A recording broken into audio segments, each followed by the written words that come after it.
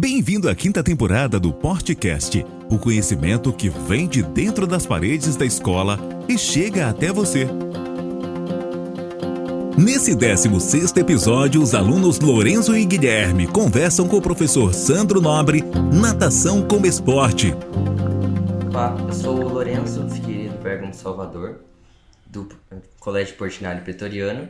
Esse é o Guilherme Gonçalves Screurs, professor Sandro Cunha, técnico de natação. Então, Sandro, você pode falar um pouco sobre como foi seu início na natação? Olha, o meu início na natação, treinei basquete até os 1982, e aí em 83 eu conheci a natação, em 1983, século passado, vocês nem existiam ainda. E desde lá, então, estou na natação até hoje. A gente queria perguntar um pouco, para introduzir a natação para as pessoas, sobre os 4 estilos de natação e qual você acha que é o mais difícil. Ah, tá ok. A natação ela tem 4 nados, né? São 4 nados, na verdade, o nado crawl, o nado costas, o nado peito e o nado borboleta. E hoje configura-se também o quinto nado, que é o nado submerso, né? Que os atletas utilizam na fase de saída e viradas para todos os nados, particularmente, né? Particularmente mais executando o crawl, o borboleta e o costas. O nado peito, como você perguntou, é o nado mais complexo de fazer o aprendizado, de nadar. O nado peito ele é o mais complexo. Entendi. Você pode falar também sobre o tamanho das piscinas, a oficial, Ah, sim, academia? sim.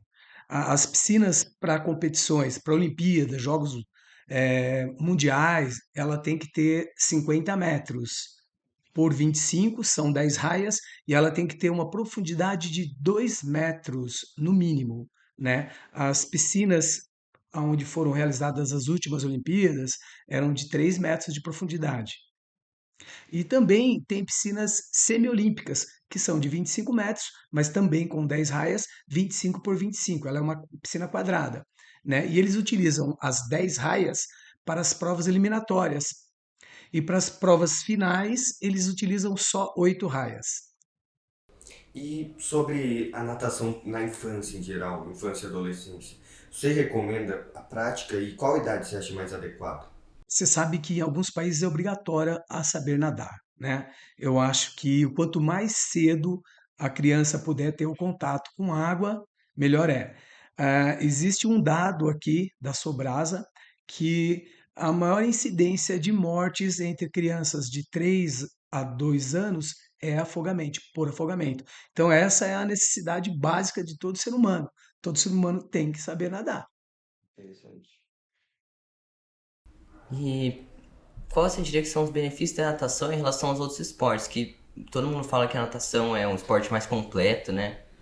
Sim, a natação ela é citada como mais completo, né? Mas eu acho que o dado mais importante da natação é que ela é uma modalidade feita na água. E na água você não tem muita ação da sobrecarga da gravidade sobre o corpo. Então, qualquer pessoa pode nadar de 0 a 100 anos, né? Existem aí atletas master de cento e poucos anos que competem ainda. E ela é muito indicada por isso. Ela, além de estar trabalhando a parte cardiorrespiratória do ser humano, né? Melhora a respiração, a função cardíaca nossa, ela é melhorada com a atividade da natação, força, enfim, várias características físicas, a natação ela se põe à frente das outras modalidades por isso. Não, todas as modalidades são interessantes, mas algumas têm que ter um tanto de cuidado. E a natação já não. A natação pode ocorrer uma lesãozinha no ombro, no joelho, mas ela não impacta o ser humano a fim de fazer uma fratura, alguma coisa assim. E em relação a um bom desempenho do atleta, quais você acha que seriam as necessidades básicas para um atleta ser bom? Na natação, olha, não só na natação, no esporte, né? Eu acho que são pilares, né? O atleta, ele tem que sim, ele tem que ter uma capacidade genética, morfológica, tem que ter um dom, né? Vai fazer a diferença no alto rendimento. Todos podem nadar bem, todos podem se deslocar bem na água, mas aí vai. você treinar, ser assíduo, frequente, determinado, focado, se alimentar bem, descanso é muito importante, né? E estar atento a tudo que está acontecendo ao redor, né? Ser interessado no que está acontecendo dentro do seu universo esportivo, seja natação, seja ele outro, basquete, vôlei, enfim, a pessoa tem que estar inteirada nisso. Nós temos um problema grave no país que é algumas modalidades amadoras não terem a mídia aberta cobrindo eventos. Nós tivemos, a princípio, o Campeonato Brasileiro de Natação Maria Lenk, e estava lá na TV fechada, até no YouTube, mas eu olhava para a arquibancada, eu via quem? Eu via os atletas torcendo para os atletas. Então, os estádios de natação, eles não são preparados para atender público, né? Isso vem de uma década de 50, quando lançaram aqui no nosso país o futebol, né? A gente fala Brasil é o país do futebol. Esses dias eu debati com os atletas. O Lourenço nada comigo, né? Lourenço é, por sinal, um excelente atleta. Nós conversamos que no Brasil haviam duas principais modalidades da década de 30 até os anos 40, que é o remo e a natação em águas abertas. Uma curiosidade, talvez aí os ouvintes não, né, não devam saber, mas o principal nadador de águas abertas do país era o João Avelange, que foi presidente longevo da FIBA, da Federação Internacional de Futebol, da FIFA. Então, eles utilizaram uma imagem de uma pessoa que tinha para encaixar no futebol. Isso deu um status para o futebol legal e, com certeza, aí interessante de trazer massas para assistir. Hoje você vê, a pessoa nasce, já ganha uma bola, o menino nasce, o pai quer dar uma bola de futebol para o menino, vai iniciar no futebol. E sendo que as outras modalidades amadoras, aí as pessoas vão conhecendo com o tempo, né?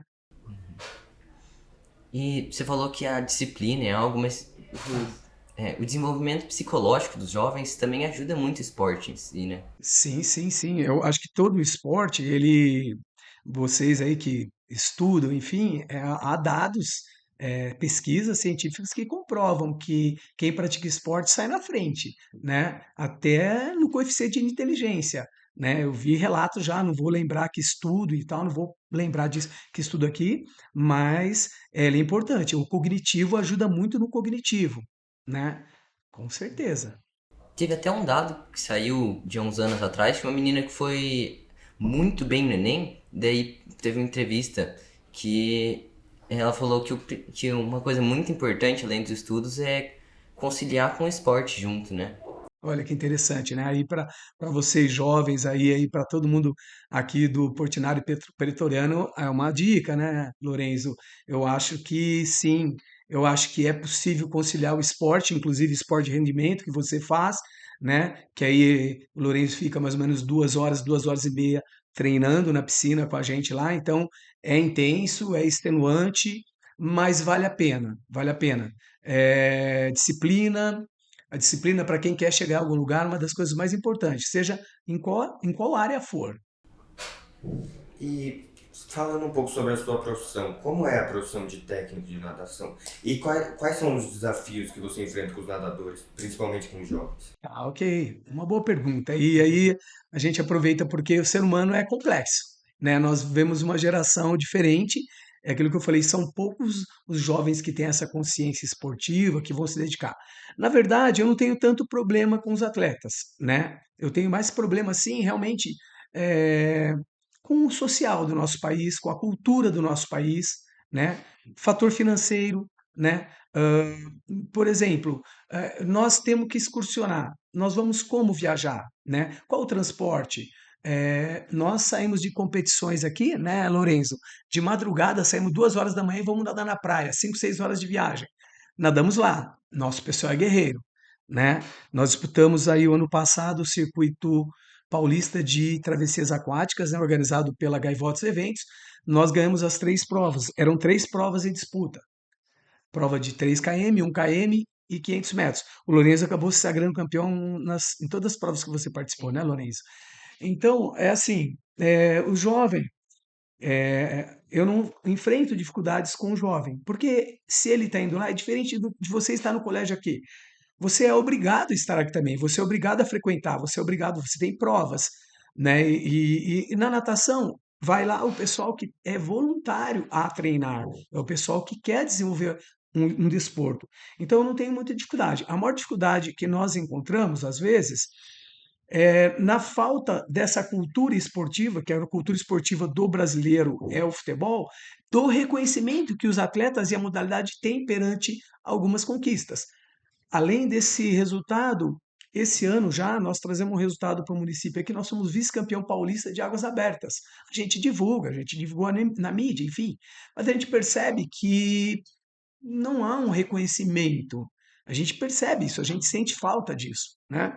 E, enfim, eu acho que o que impacta a gente é a cultura. E a minha profissão, acho que veio a pergunta junto, eu amo o que eu faço, desde sempre. E, Sandro, como que são as Olimpíadas para as pessoas parapléticas? Que você falou que todo mundo consegue, todo mundo pode nadar, né? Hoje a gente tem os Jogos Olímpicos Mundiais, né, para deficientes físicos, visuais, intelectuais, enfim, eu acho que é a essência do esporte, né?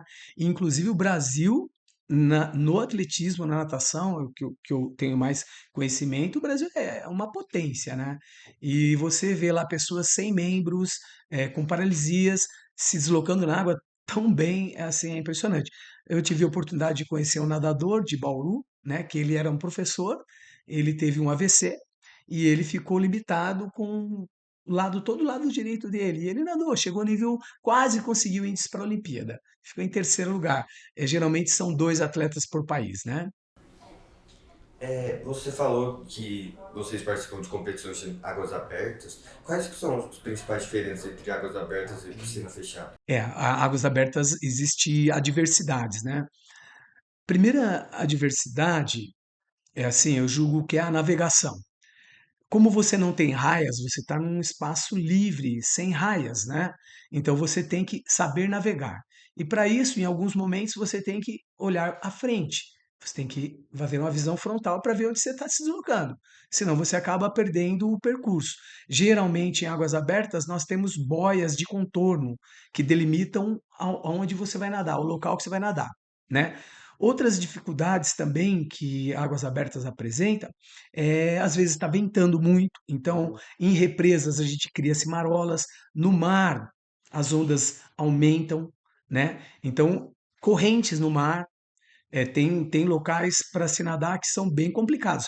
A nossa represa é um dos locais, quando vira o tempo, a parte ali da ponte, é um dos lugares mais difíceis que eu já nadei e que eu vejo relatos de pessoas que não da cidade enfrentam também, são as marolas. É difícil nadar assim. E qual desses você prefere? Eu sou um amante de águas abertas, né? Eu gosto de águas abertas, nadei piscina um tempo, né, e tal. A garotada, a gente treina piscina, os nossos atletas aqui, Lourenço, pessoal, a gente treina piscina, mas a gente nada águas abertas também. É uma experiência, uma vivência importante para todo nadador. Acho que todo nadador, sendo ele até um velocista, é interessante ele fazer águas abertas. Que na natação a gente tem velocistas, nadadores médio-fundistas e nadadores fundistas, que são os nadadores que eles vão se especializar também em águas abertas.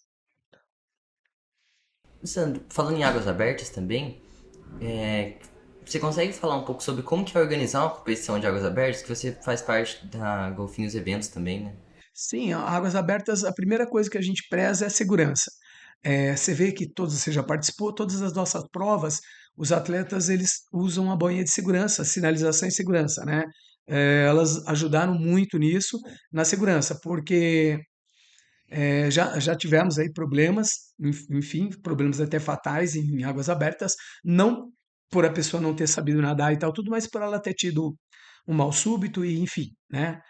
E não ter conseguido concluir a prova, infelizmente vindo até a óbito. Isso já aconteceu em águas abertas raras vezes, né? Mas já aconteceu como acontece numa partida de futebol, acontece em qualquer outro lugar, pode num ciclismo o ciclismo, segundo um dado, eu vou falar aqui, mas não sei se é verídico o que eu vou falar, a verdade, mas é um dos esportes que mais matam porque você sobe na bicicleta 70 quilômetros, 80 quilômetros por hora numa descendo montanha, se você cair fatalmente você vai ter um grave problema.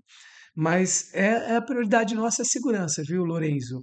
E também nós tivemos aí o exemplo, a última etapa que a gente ia fazer, a terceira etapa do nosso circuito, que nós realizamos aqui, nós cancelamos a prova pela questão do clima. Chovendo, condições difíceis de acesso do local, enfim, a gente tem que ter ambulância no local para nos dar segurança, ela não podia subir o local porque era uma serra, então tem toda essa preocupação com segurança.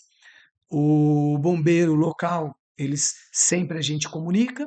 Na nossa represa, na represa de Jumirim, é obrigado a pedir autorização para a Marinha do Brasil, que eles são responsáveis pela represa Jumirim, então eles têm que autorizar, eles têm que dar o aval deles para que a gente realize as provas em represa, né? Enfim, eu acho que para organizar águas abertas, primeiro ponto é a segurança do atleta. E como você acha que a natação tem evoluído nos últimos anos? Tem se diferenciado do passado? Natação é o desporto que mais evolui dentre todos eles, né? A natação ela sofreu alterações até no nado, né? Em meados dos anos 80, o nadador de costas ele podia ultrapassar os 15 metros, ele chegava a nadar 35 metros submerso, fazendo o movimento que eu falei para você que é o nado, o quinto nado, que seria o nado submerso, né? Hoje não pode mais. Estabeleceu-se 15 metros, o atleta não pode ultrapassar esses 15 metros. O nado borboleta, já aí bem mais atrás, o nado borboleta antigamente se nadava com a perna de nado peito, né? Até tinha uma brasileira, Maria Lenk, que ela foi uma grande nadadora, no início da carreira dela ela nadava dessa forma. O nado peito sofreu várias alterações, não podia se afundar a cabeça, hoje pode afundar a cabeça, submerso. As viradas, as viradas que são feitas na natação estão sempre em constante evolução. Enfim, e é um desporto que cada campeonato mundial, cada Olimpíada é quebrado recordes, tanto masculino quanto feminino. E uma coisa que eu lembrei que tinha um traje também que já foi proibido, né? Sim, eram chamados trajes tecnológicos, eles para os homens ele era um macacão inteiriço, ia do tornozelo, inclusive o nadador australiano, o Graham Hack, ele nadava, ele foi um dos pioneiros a usar esses trajes, né? Falava pele de tubarão, e realmente fazia muita diferença. O recorde mundial do César Cielo, de 50 metros, que acho que foi quebrado aí, o 100 já foi quebrado, o 50 parece que está por quebrar, já foi quebrado também, era dele até passado. Então, quer dizer, para mim foi um passo para trás, mas como existe uma regra na natação que o equipamento que você utiliza não pode te ajudar na flutuabilidade, né? Então eles aí ó, não pode mais. Eu acho que ainda volta. Alguma coisa assim, acho que vão chegar a um meio termo aí que vai voltar. Hoje usa as bermudas, né? Um material diferente, tem que ser aprovado, né? Pela, pela World Aquatics lá. Enfim, mas existia esse momento, sim. A última competição que foi utilizado esses trajes foi em 2009. Foi aí que o César Cielo quebrou o recorde mundial de 50 livre numa competição no Pinheiros, Esporte Clube Pinheiros de São Paulo. Esse recorde ficou por 17 anos. Foi quebrado Então, acho que esse ano agora. foi isso. Foi tempo, né? Assim, foi tempo, ficou tempo. E você falou que a natação envolve não só o treino, mas também rotina de sono, de alimentação, disciplina. O que você acha que para alguém que está começando é a maior dificuldade? Tá, a gente tem então natação nível iniciantes, intermediários, e aí a pessoa que parte para o treinamento e competição. Eu acho que ela tem que passar por todos os estágios, né? Ela só vai começar a treinar quando ela tiver condição de treinar, né? É claro que a gente tem, eu particularmente, eu trabalho sozinho no clube, né? Os maiores clubes, os clubes que trabalham em alto rendimento no país, eles têm técnico para o mirim, técnico para o petis, para o infantil, para o juvenil, júnior, sênior, às vezes junto, e às vezes para cada categoria eles têm dois técnicos trabalhando juntos, né? Pelo número de atletas. E assim, a gente tem que primeiro adaptar o atleta para colocar ele em condição de treinar. Qualquer modalidade é assim. Você não vai entrar a treinar assim, eu quero começar a treinar natação. Não, você vai passar por uma adaptação. E você falou dos clubes de alto nível, como que é a rotina dos nadadores de lá? Então, Lourenço, aí vai depender de cada categoria, tá?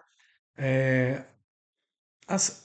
quem começa a nadar num grande clube, ele vai ser exigido mais, tá? Inclusive, tive um contato com o técnico do Júnior no Pinheiros, numa época eu tinha um atleta nadando lá, E eu comentei com ele, olha, aqui para estar aqui tem que estar entre os 3 melhores do país nas categorias para mim trazer um militante que não seja sócio do clube.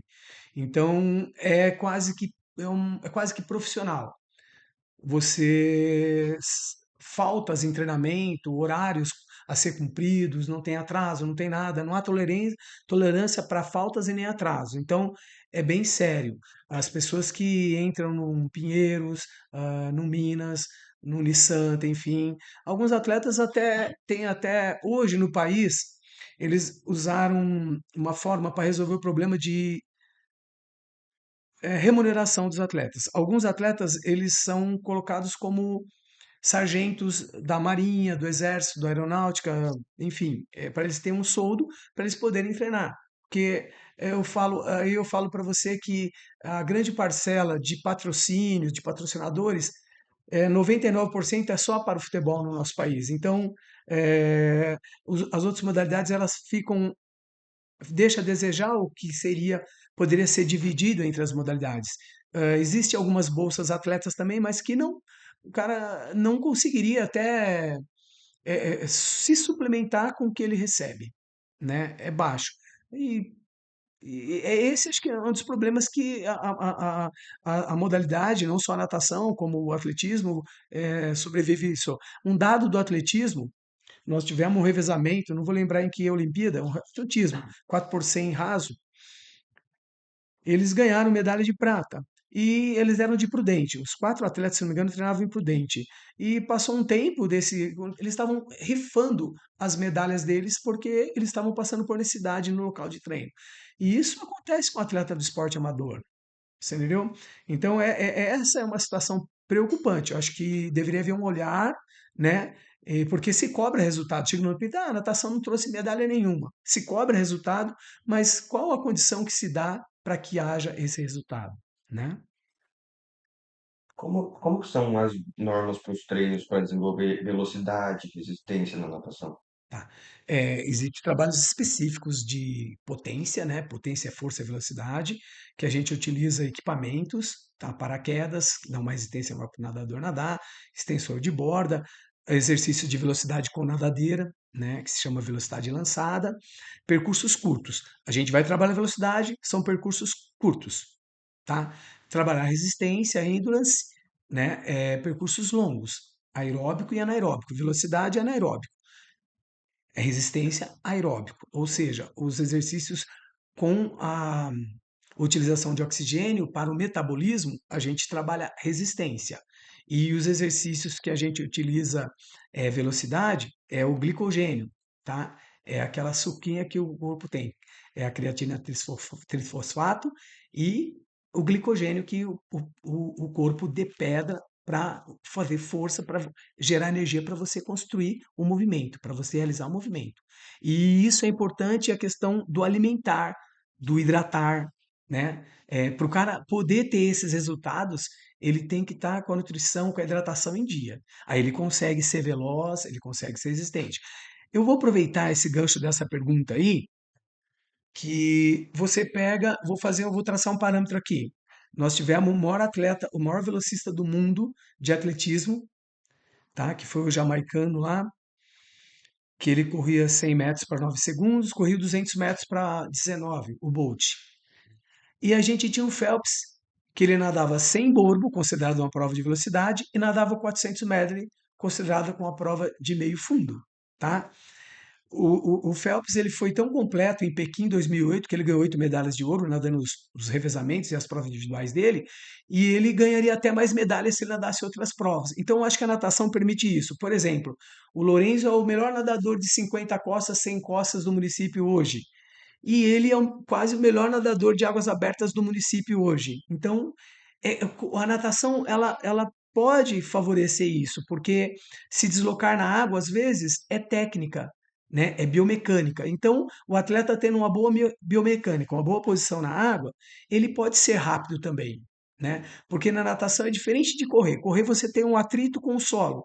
Se você gerar atrito e ter uma frequência, uma aceleração boa, você vai rápido. Na natação eu sou muito rápido, eu falo para os meninos, eu patino, eles deslocam a água. Então eu não consigo ser rápido porque eu não tenho boa técnica. Então, quem tem boa técnica, às vezes não precisa ser nem tão potente e às vezes consegue gerar um deslocamento na água melhor, né? Sim. Quanto menos braçada você termina a piscina, menos energia. É nado eficiente, a gente fala nado eficiente, né? Cobrir mais espaço com menos braçada. A garotada nossa está trabalhando bem isso.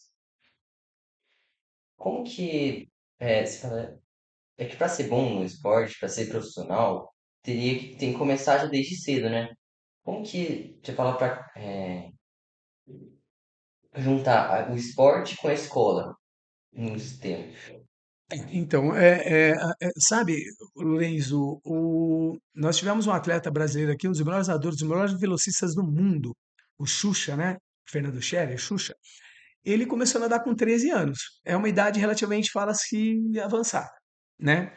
Mas não. Aí você vê, ele começou com 13 anos, mas né, tinha o biotipo, tinha potência para isso, foi dedicado, construiu o resultado dele. E foi bonito, eu assisti um podcast dele falando sobre isso, foi muito bonito. Eu já admirava, admirei mais ainda, porque era um cara que ama o esporte, né?